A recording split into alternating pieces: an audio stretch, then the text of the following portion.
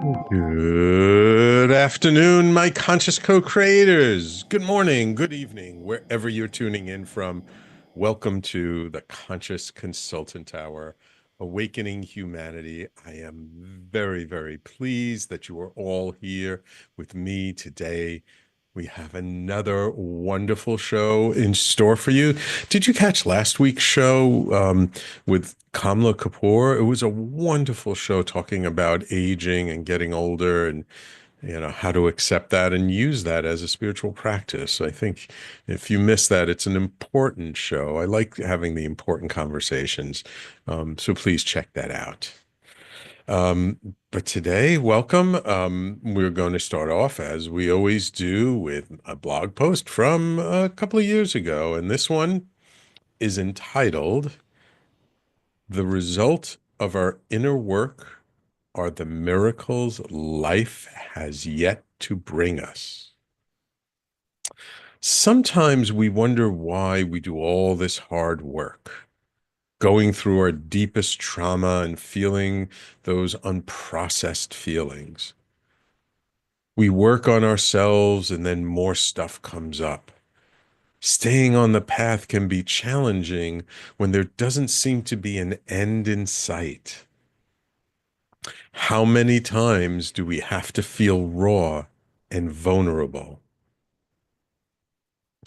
Why do I have to keep processing these long forgotten, painful times of my life?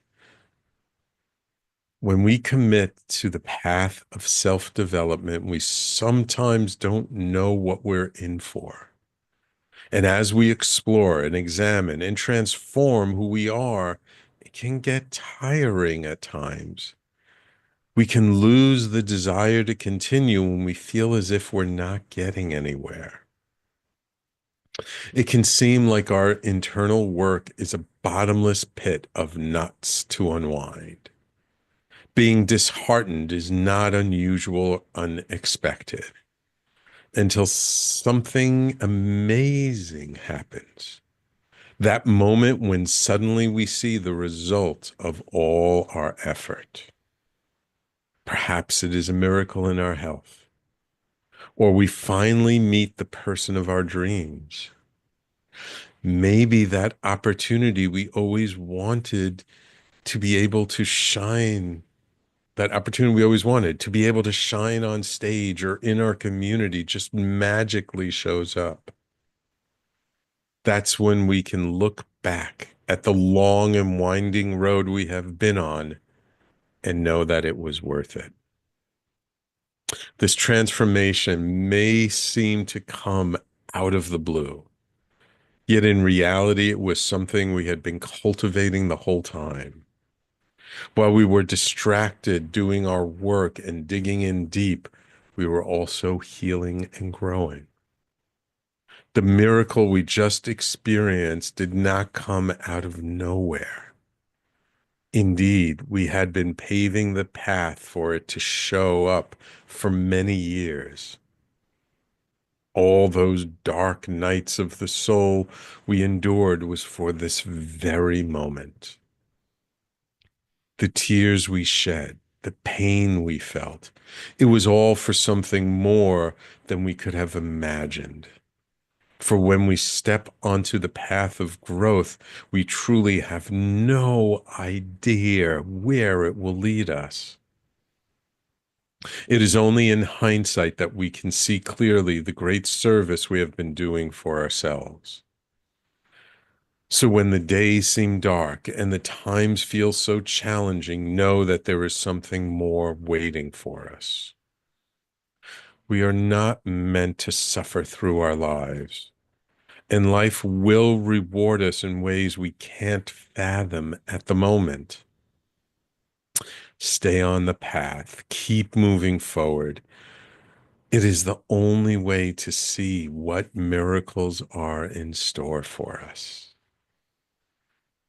So, what can you hold on to when you are struggling to keep your spirits up? So, um,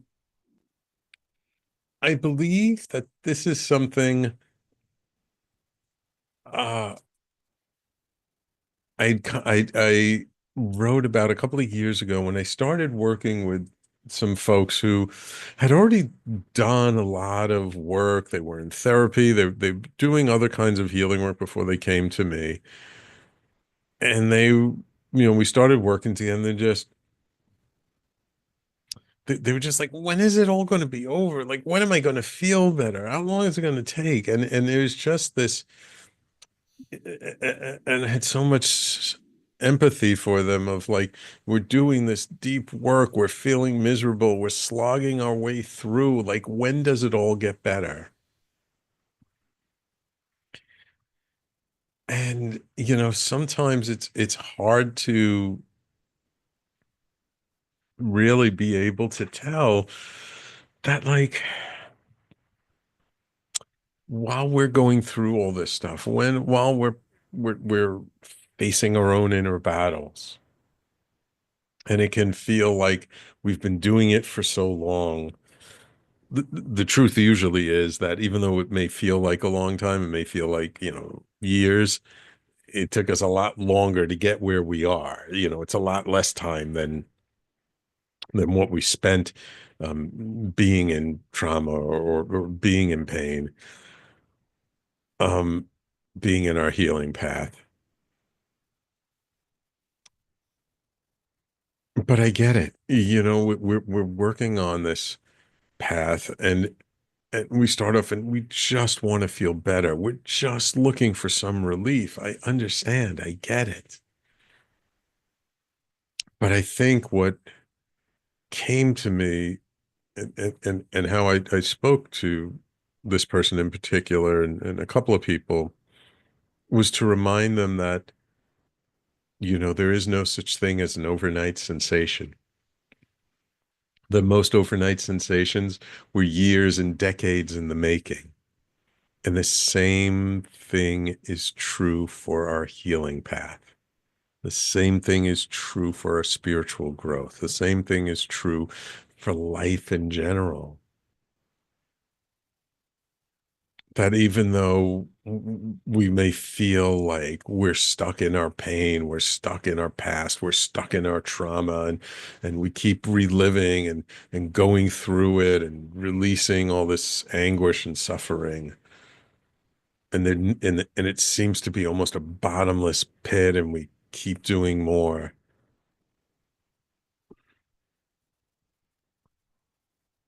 What we don't see, and what we can't see because it hasn't fully manifested yet, that each session we go to, each ritual we go to, each ceremony we work on, each time where we're really being present to our pain and our trauma, we're lightening up our nervous system. We're taking a step forward in a very positive direction. And it may not be apparent in our day-to-day life. It may not be apparent in how we feel, but one day, someone once said it takes longer than we think it will, but it happens quicker than we imagine. Then one day, suddenly something happens and there's a breakthrough. And it doesn't mean that like everything is better. It doesn't mean that all of a sudden life is all roses and rainbows and unicorns. No. Life is still life. There's still going to be challenges, and we still need to face what we need to face. But we do have that moment that we thought would never come where we just felt better. And it's so funny. I mean, this blog post I wrote a couple of years ago, but this particular client who I'm thinking of, we worked together for probably a little over a year, maybe about a year. And this past summer had a huge breakthrough, huge breakthrough. And it was just so wonderful to see, having been witness to how they were so stuck in their pain, how they were so tied up in all the things that had gone wrong, and to see them really laugh and have joy, it just warmed my heart. And I had no idea it was going to happen that night. They had no idea. It was just it was just a breakthrough. And that's the thing. We never know where that point will happen, where suddenly some switch is flipped, some barrier is just gotten through. And for the first time in a long, long time, we just feel like this sense of relief, like we can take a breath without feeling like we're suffocating. That moment where we can just be and be who we are, and just find that moment of feeling good after years of not feeling good. And so that's the result of all the work that we've done. And again, it's like that old analogy of when you plant a seed and you fertilize the soil and you keep watering it and you keep watering it, and nothing seems to be happening until one day a little stem pops up and there are a couple of leaves, and then before you know it, it's growing into a plant. But that whole time that we were tending to that seed, something was happening underneath the ground. Roots had started coming out. It had started developing. We just couldn't see it yet. And that's the thing. Just because we're not seeing the result of all the effort and the work that we're doing does not mean that that result is not coming. It just takes some time. And when we're in pain and when we're suffering, it's so hard to have patience. It's so hard to be able to say, like, okay, I'm going to, uh, I'll wait and see that I know the results will come. It's so hard to say that because we have been in pain for so long or numb for so long. All we want to do is just feel good to be in our own skin. So, of course, it's not easy. That's why so few of us really do the work to really heal at a deep level. And so this blog post is meant to just be a word of encouragement, a word of to just keep the faith and just know that things are getting better. We just don't see the result of that yet. Stay on the path. Trust the process. Keep doing your work. Keep showing up.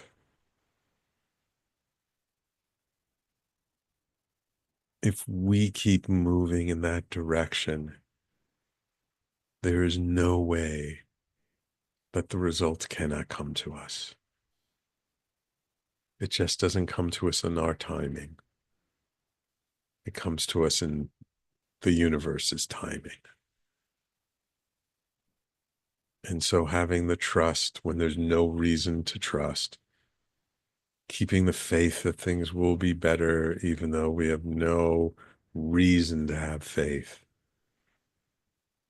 That's the hardest part of all. Yet if we do, if we can hold on to that little flicker of hope and stay our course and stay with our healing, oh, the rewards can be immense, immense. So that's my blog post. The title of it again is The Result of Our Inner Work are the miracles life has yet to bring us. And you can always find my blog at talkradio.nyc/blog. And there's lots and lots of blog posts in there. So if you like this one, there's plenty there. And don't forget, there's also my book, Everyday Awakening. If you love these readings that I do at the beginning of every show, then you'll love my book, Everyday Awakening. All right, we're going to take a quick break. And when we come back, we'll get on with our show and our main topic. Everyone, please stay tuned. You're listening to the Conscious Consultant Hour, Awakening Humanity, and we will be right back in just a moment. Are you a conscious co-creator? Are you on a quest to raise your vibration and your consciousness? I'm Sam Leibowitz, your conscious consultant, and on my show, The Conscious Consultant Hour, Awakening Humanity, we will touch upon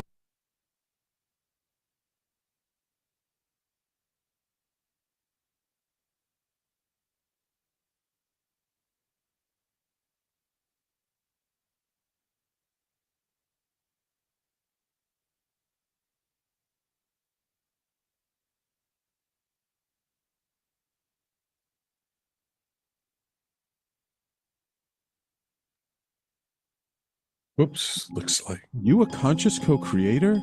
Are you on a quest to raise your vibration and your consciousness? I'm Sam Leibowitz, your conscious consultant, and on my show, The Conscious Consultant Hour, Awakening Humanity, we will touch upon all these topics and more.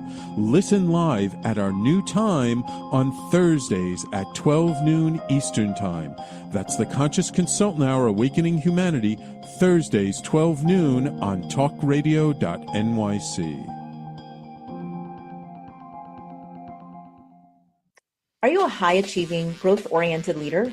Are you interested in developing your authentic leadership while creating a healthy, inclusive workplace?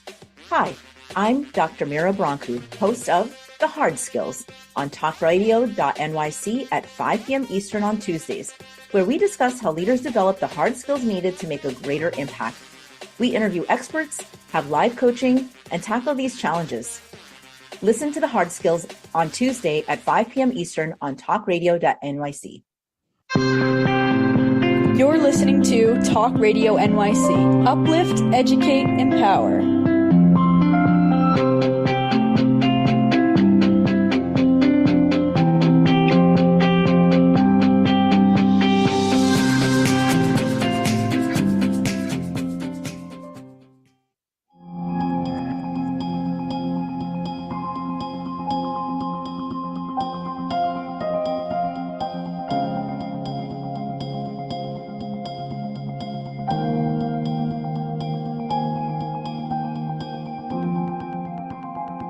Hello, everyone, and welcome back to the Conscious Consultant Hour, Awakening Humanity. We're just having a little problem with my guest. Seems to have the wrong link.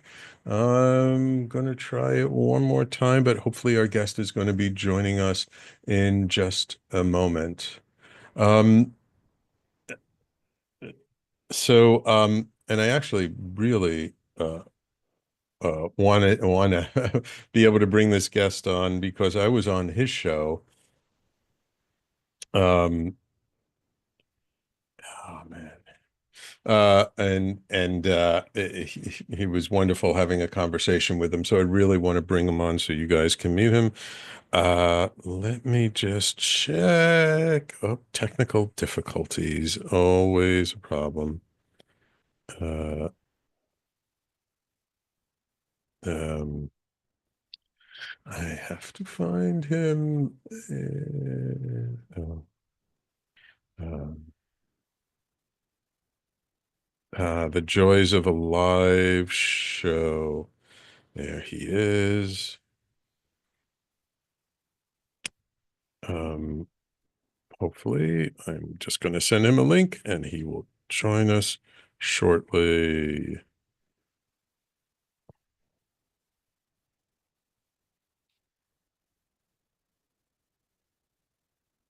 He will be joining us, and he should be joining us in just a moment. And so, if he if we can't bring him on, I do have something alternate that we can do. But I'm really hoping that this gentleman can join us. His name is Dr. Jonathan Ellerby. He's the author of the book, The Seven Gateways of Spiritual Experience, and it's a really good book. So um, he should be able to get right in. I'm not quite sure what the challenge is. Um, um,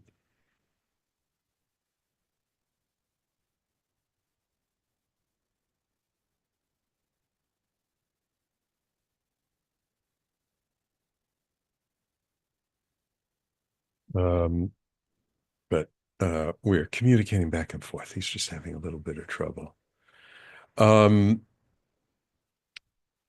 so should he not be able to make it in, but he should be able to join at any moment now. I am going to talk about, uh, uh, at least until he shows up, how to stay sane in an insane world. This one was suggested by my staff, whom I love dearly, the staff that works for me here in the station. Um,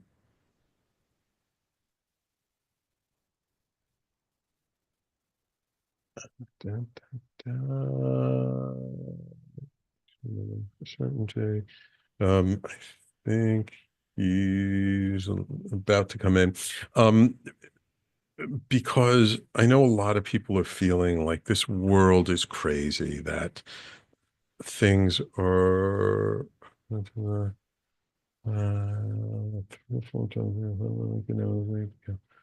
all this on my phone. All right. We've been having some difficulties here. But hopefully he's going to be able to join us shortly. Um, so one of the things so that I'm finding a lot of people are talking about, a lot of people are having challenges with what's going on in the world today, with the craziness that's all around us, the chaos, the uncertainty, everything from what's happening with the weather and the climate, to what's going on with uh, to what's going on in politics and in the world. Turning from the phone, waiting to be let in. That is really bizarre.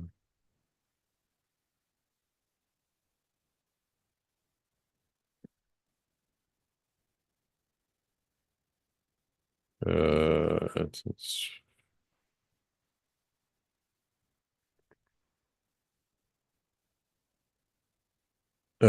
sorry, just trying to get my guest on board. He keeps saying, and maybe my engineer can take a look, that he signed in, and he keeps saying waiting for him to be let into the room.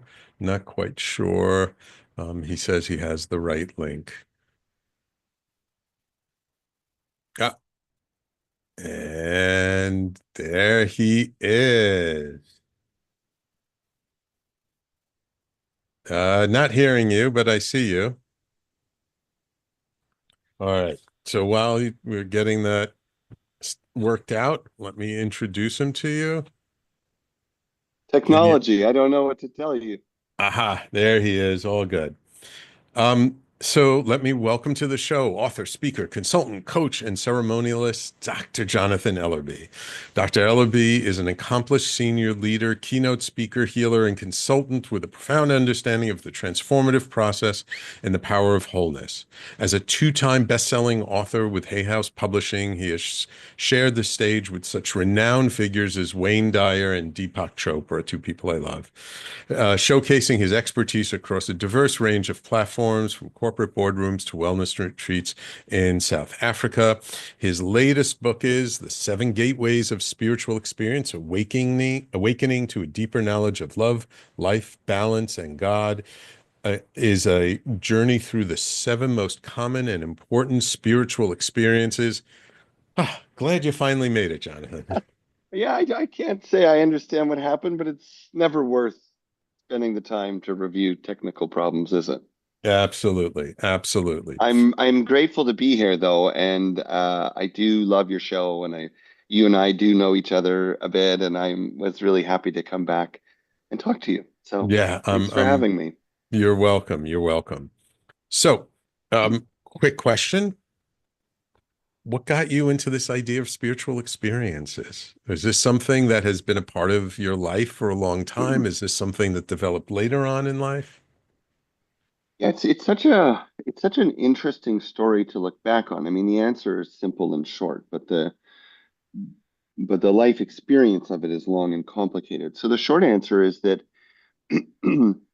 that that I had you might say I had a propensity as a young person for spiritual experiences. And I think, at some level, everyone does as young people, if you define spiritual experiences broadly, meaning a greater sense of wonder, maybe a sense of a subtle energy in things, a heightened sense of intuition, and then even for some young people, the experience or perception that maybe they've even encountered magical beings or things like that. But at the same time, a lot of those childhood experiences do also lean into the psychological. Mhm. So we have ideas of, imaginary friends and things like that. Very important experiences, but not exactly spiritual experiences. And what started for happening for me at quite a young age was that the experiences were definitely pronounced. They were Mhm. notable, and many of them are outlined in the book. So for someone listening that's thinking, what is he even talking about? So it might be a perception of energy in a place and the actual awareness of it, like, hey, there's something here that's not over here, or the perception in nature that maybe somehow there was a kind of spirit in things that was communicating something to me. Now, what was challenging for me and ultimately decades later led to the book was that as I continued to have spiritual experiences into adulthood, um, and certainly when I was younger, I'd say with alarming frequency and diversity, I was always astonished at how ill-equipped I was to talk Mhm. about them with others, how ill-equipped others were to think about them or respond about them. And eventually I began to wonder, like, what are other people doing with their spiritual experiences? And over the Mhm. years, I have found a huge number of my clients have stuffed them down, ignored them, Mhm. Mhm. minimized them, felt ashamed of them, wrote them off as, one thing or another, a kind of a brain fart of sorts. So after many years of, study and analyzing the literature and so on and so forth, I thought, wow, maybe this book will help people to realize what spiritual experiences are, that it's a normal, healthy part of being human, what the diversity of common and important spiritual experiences are, how to make sense of them, and how to apply their gifts Mhm. in our lives. So that's, in a nutshell, the journey from how did it start to what's it about. Okay. So let's define our terms so people know exactly what we're talking Yeah, about. yeah. So what, and by the way, my wife loves your book and she Oh, like started to look at it and she's like, "Oh, I like this," and took it. And so I didn't get a chance to read it, but she read it. So she gave me some questions for you. Um, great. so what is a spiritual experience? Mm. So I'm going to answer that a few ways. And I'm not going to start with how I answer it in the book. Okay. I want to start by saying that I would like to find a balance between affirming anything that someone, quote, feels is spiritual, Mhm. meaning if someone's listening to this and they say, oh, yeah, I have spiritual experiences all the time because when I sit down to eat my breakfast, I just feel so grateful. Mhm. I would not want to, from an academic standpoint, dismiss that or minimize that and say, well, actually, that's not an experience of non-ordinary reality. Your consciousness is ordinary and the phenomena is natural, so it doesn't count. So I Mhm. want to start by saying, let's be careful when we define terms that we don't reduce access to moments of meaning. And Mhm. I would say to anyone listening, anything that feels like a peaceful or important moment of meaning that you would label as sacred or spiritual, that sounds good. I would cultivate those. On the Mm-hmm. other hand, to be a little more precise and in the way I'm looking at things, Mm-hmm. I do try to draw from a, from my academic background and what's common to all of the seven types. And interestingly, if you look at the classic work of William James and the more recent work of neurologist Andrew Newberg, um, you'll find some similar definitions, which is that they absolutely feel like non-ordinary experiences. Like when it's happening, there is a self-awareness. This something's different right now. This Mm-hmm. is not like riding the bus. This is not like listening to a great piece of music. This is something has changed in our senses. Something has changed in our perception. Something has changed in us, or we perceive something has changed around us. Mm-hmm. Another thing that's interesting about these experiences is that they feel as real as ordinary life or more, which is Mm-hmm. an interesting quality. And this again bears up in the literature over time. People will say, I know I might have been perceiving things differently, but it felt more real than my ordinary life, right? Mm-hmm. So even if they experience a spirit or an angel or a Mm-hmm. sense of oneness with all reality, whether it's a meditative experience, a church experience, a yoga experience, a psychedelic experience, once they enter that quote spiritual experience, it feels like they're in contact with Mm-hmm. another dimension of our world. And Gotcha. and I could go on, but I think those are some of the key hallmarks. And I would add that there's definitely a different experience of our senses. That's Mm-hmm. usually a marker of it as well. Now, on the spectrum of experiences, that could be from heightened senses Mm-hmm. to almost the vanishing of senses. Mm-hmm. But there's usually a dramatic change in sense awareness. Mm-hmm.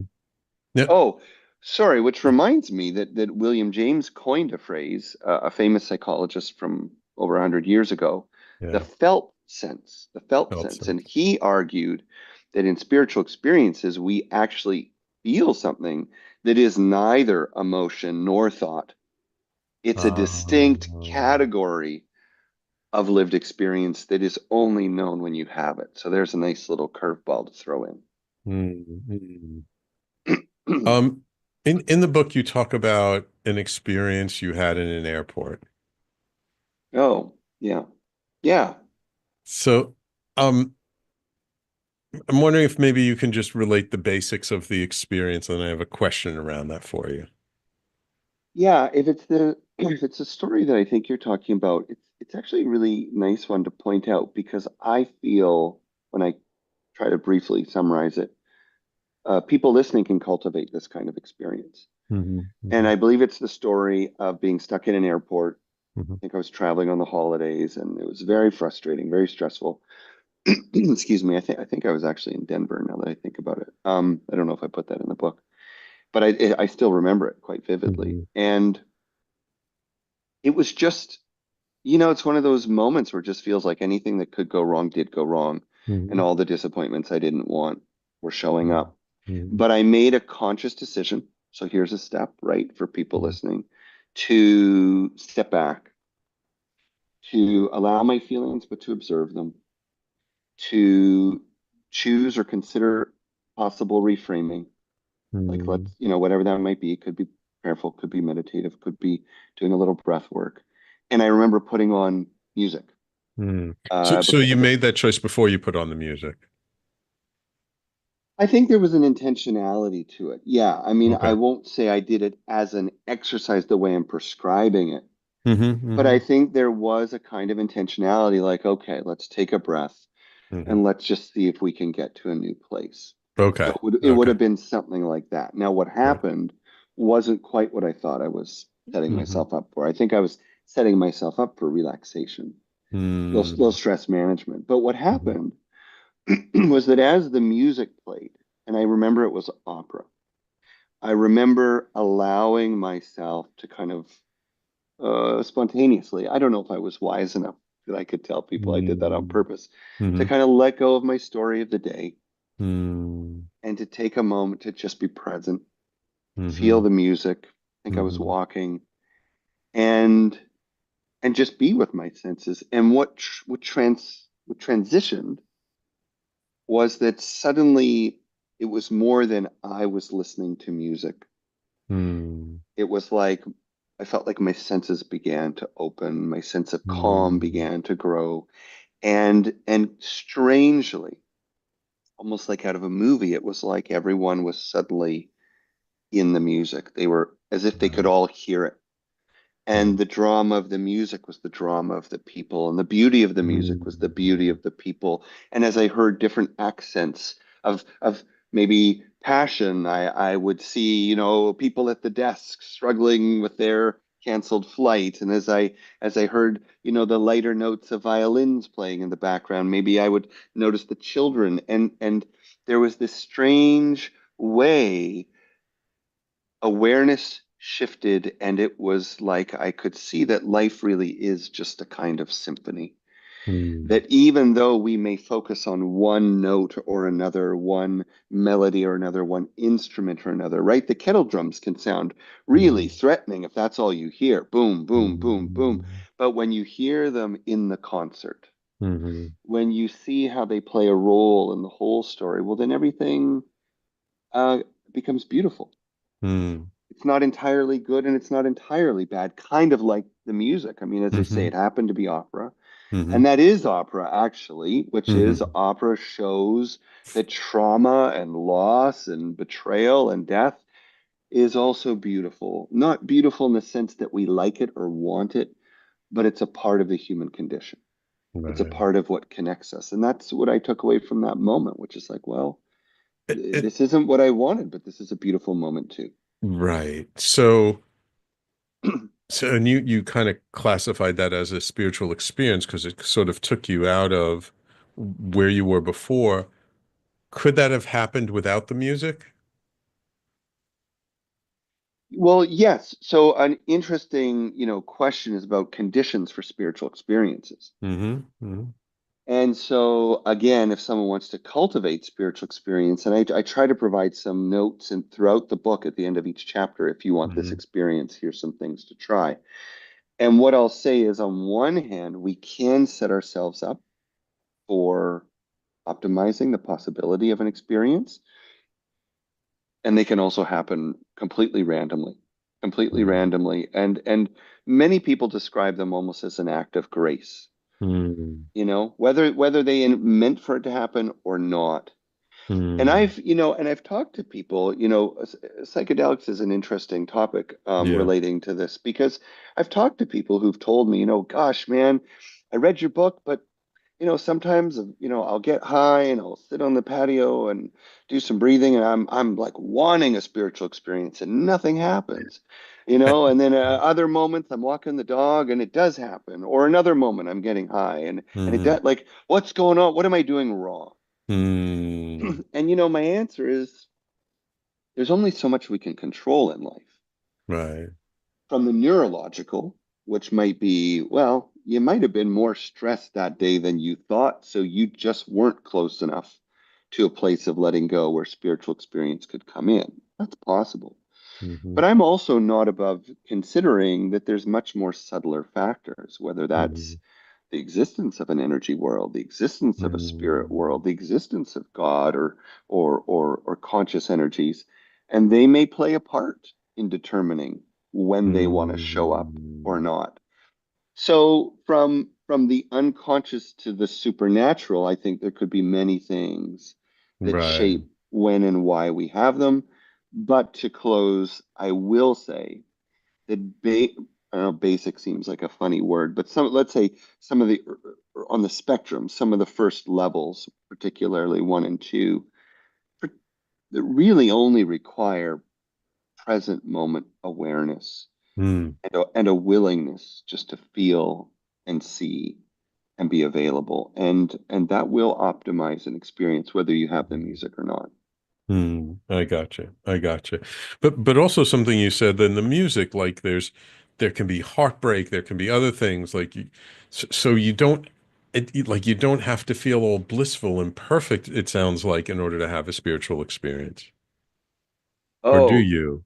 no, well, no. So there's two elements to this question, which is one, the content of the experience and the Hmm. context of the experience. And I would say, in terms of the context, I'd say both extremes lend themselves to spiritual experiences. So when people are in love, when Hmm. people get a job, when Hmm. people win the lottery, right? I mean, there's euphoria that goes with those things, but very often those euphoric moments allow us finally to stop thinking and analyzing and striving, and Hmm. sometimes just to be present. Like this is a Hmm. quick. I'm going to try to make this quick and go to the other part. I remember there was a chance. It didn't happen. I was being vetted for the Oprah show, Ah. and I got to go to Chicago and sit on an episode and meet a producer. And ultimately, it ended up being Oprah's last season, so didn't happen for Ah. me. But I have to tell you, like, I remember after that meeting and after that show, like going to a cafe to wait for a friend to pick me up. I mean, I was as high as a kite, and Hmm. everything was like magic and twinkling, and so you could say, well, is that just psychological projection? Like everything's coming up roses?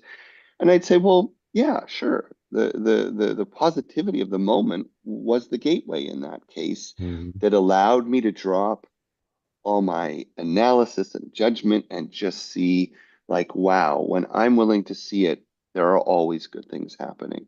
Hmm. On the other hand, the question about content. Oh, sorry. Uh, Context. So great moments can lend themselves to these little epiphanies and spiritual encounters. But tragic and challenging and dramatically difficult and painful moments also do as well. And I would say Hmm. the research seems to suggest that they might even be more potent, that It, people in prisons, people in right. war, right? Hmm. People in trauma. Because I've had people on my show who, as you said, have been in prison, had a spiritual experience. One gentleman, a good friend of mine, GP Walsh, who's a teacher, he was going to kill himself. He was like standing on a bridge, ready to jump off when he had this big mystical experience.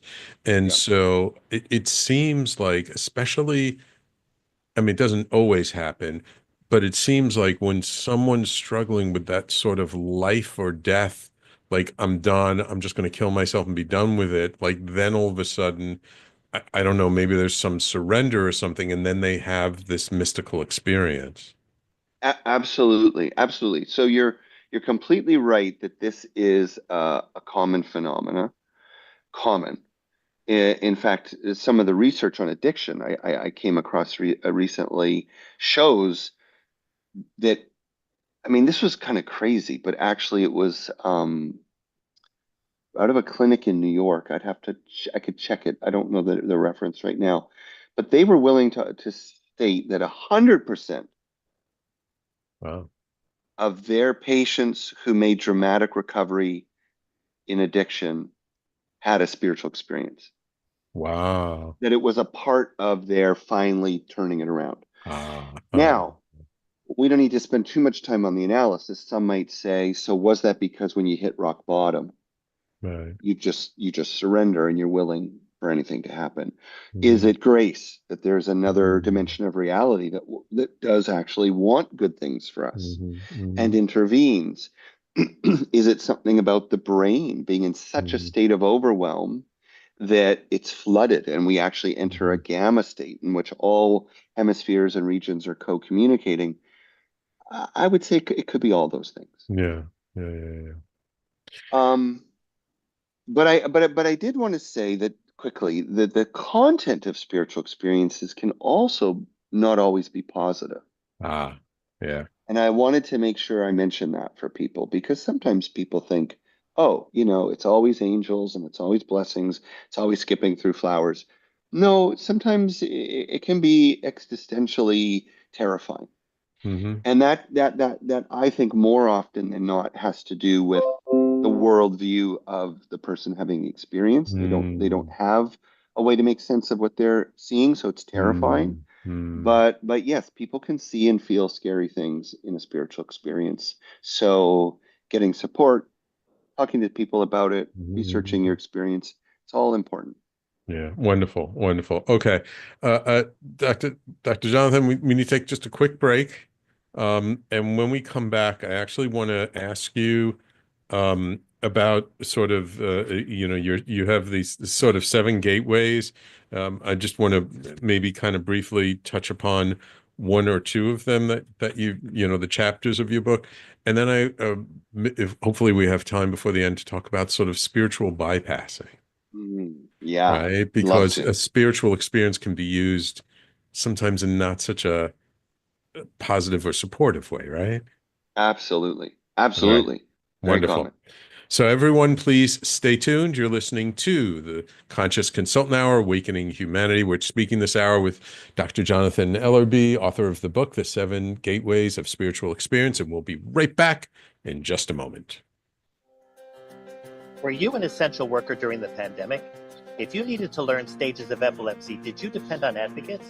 Did you use new innovations to cope with mental and neurological issues? Maintaining high quality of life and keeping good mental health are what we all strive for. I'm Frank R. Harrison, host of Frank About Health, and each week top healthcare influencers, professionals, and innovators answer these questions and more. Stay tuned on Thursdays at 5 p.m. on talkradio.nyc, and I will continue to be frank about health with all of you.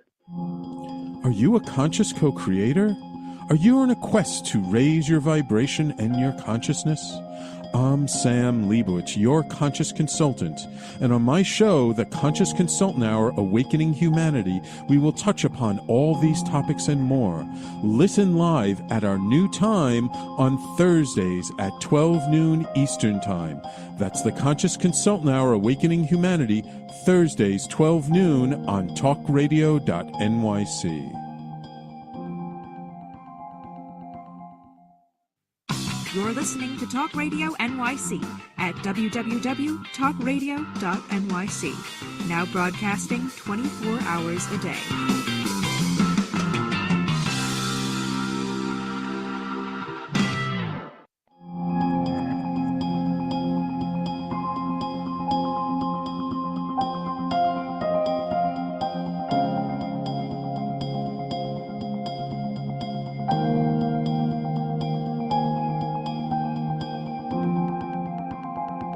And welcome back to the Conscious Consultant Hour, Awakening Humanity.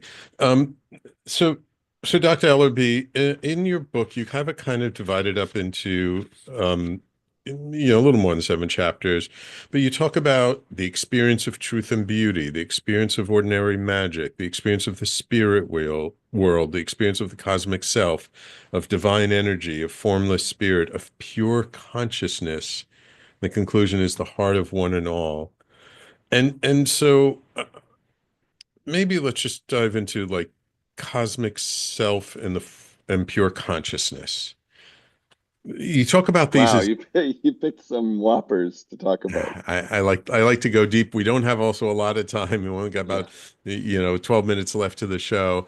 Um, what do you mean by these things as gateways, and how can someone recognize if that's part of it?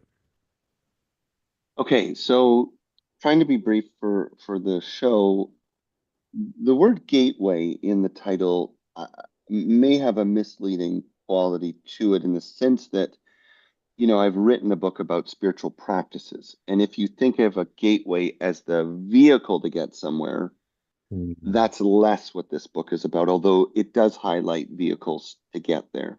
Mhm. However, the publisher felt gateway was important because what it signifies is that even though there are seven different types of experience, they're all bringing you into spirit. They're Mhm. all bringing you into the spiritual world. They're all bringing you into an altered state, no matter how different they are. And interestingly, the two you picked are distinctly and really interestingly different because the experience of pure consciousness has been studied for generations, and it is the experience of an expansive awareness that is so unified that there is no content at all. In Mm, fact, there is arguably no perception of subject and object. mm, That this is what, particularly in the Eastern traditions, they point to as moments of pure awakening. So mm. everything is one thing to the point where nothing, right? Because there's no thing when all things are one, Right. including the observer. On the And other hand, the mhm, experience of the cosmic self is very much active and visual, and it's usually in a dream or an out-of-body experience, something like that, where we are perceiving ourselves or having a vision of ourselves as though we were more than our normal human self. It might be a dream of flying. It might be a vision of ourselves moving energy. It's quite literally an experience of a self that feels cosmic and beyond the mm, limits and confines of the mm, daily form. mm. So the Super, experience super of content rich. right, gotcha. So the experience of pure consciousness, it's almost like oneness. Hmm. I've heard it, for example, like people uh, who've tried 5-MeO DMT, that there's that complete loss of self, or they call it Yep. an ego death, and then all you feel is just the energy and the oneness, and like you say, that there's not necessarily any consciousness to it, but it's just this feeling of joy.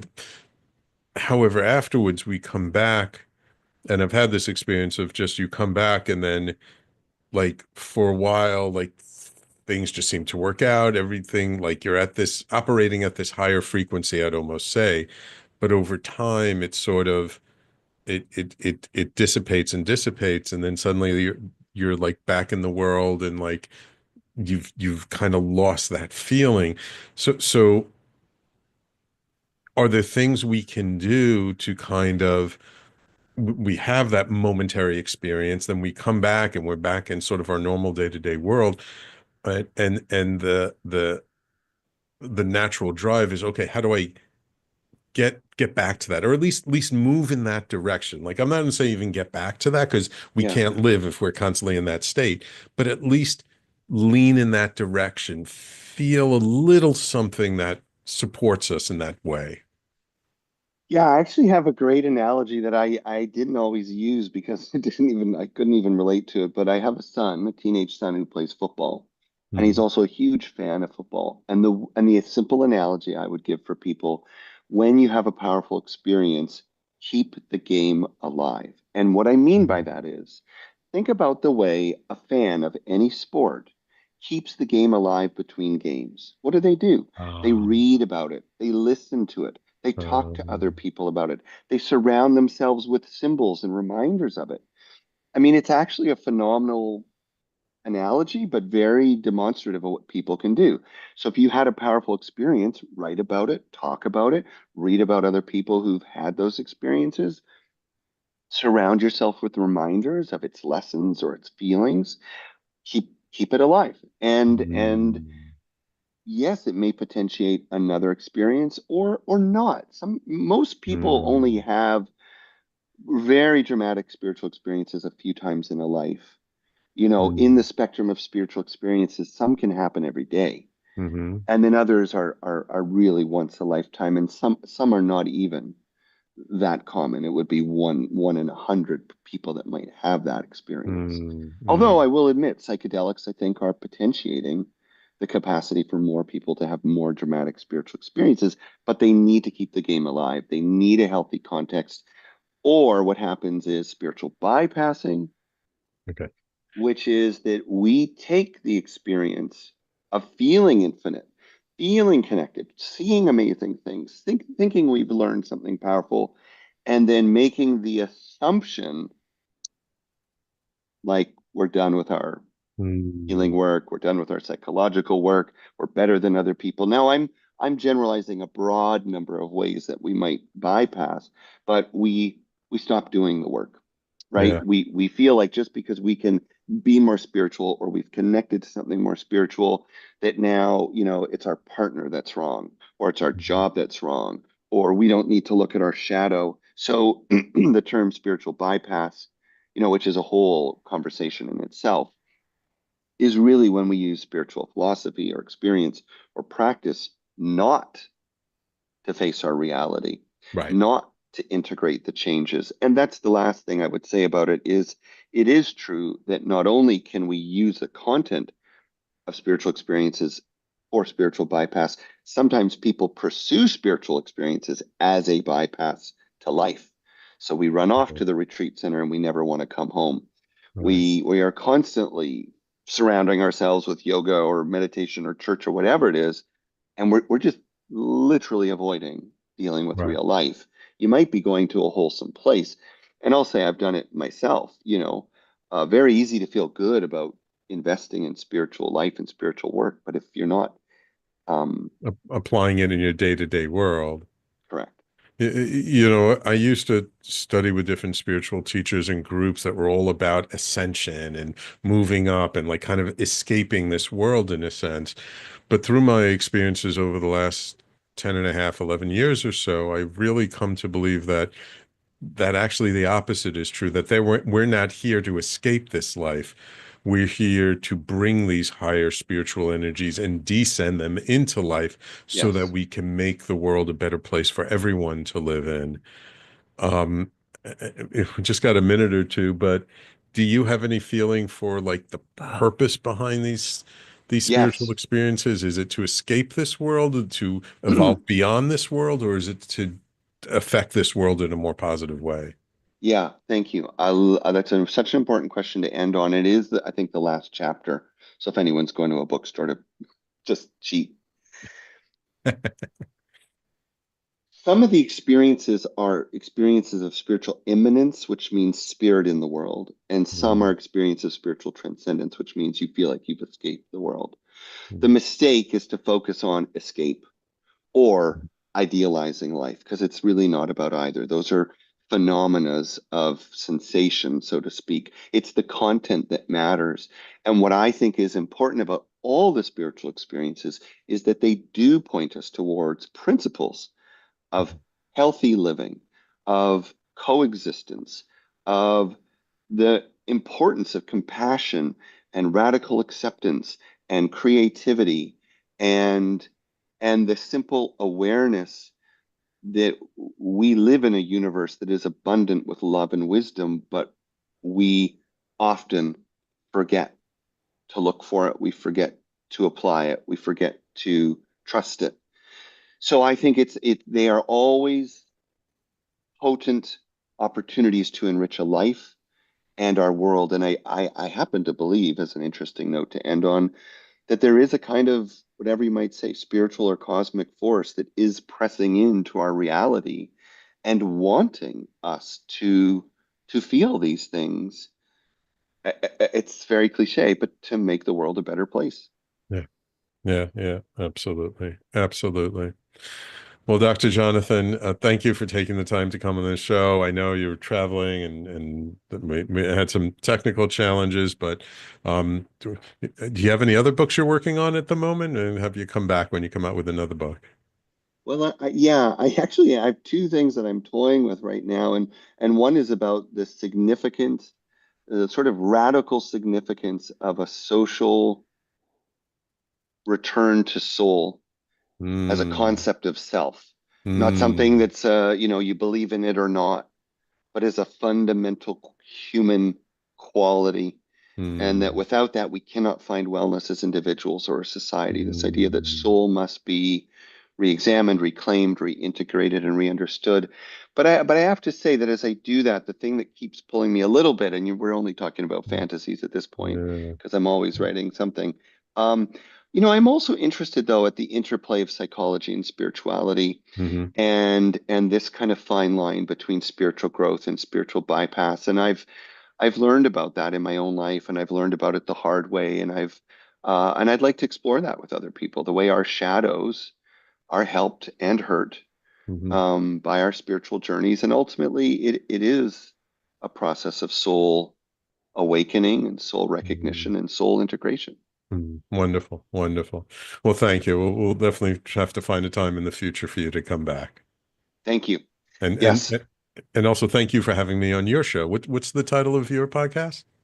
Yes, well, so people can look it up now as The Bone Collectors. The Bone Collectors, And it yes. was previously the Jonathan Ellerby podcast. But Okay. your episode was with the Jonathan Ellerby podcast. Or no, actually you got into The the Bone new Collectors. batch. Yeah, Yeah, yeah, so people will see that in the Bone Collectors. Yeah, it's good. It's a really great interview, by the way. Thank you.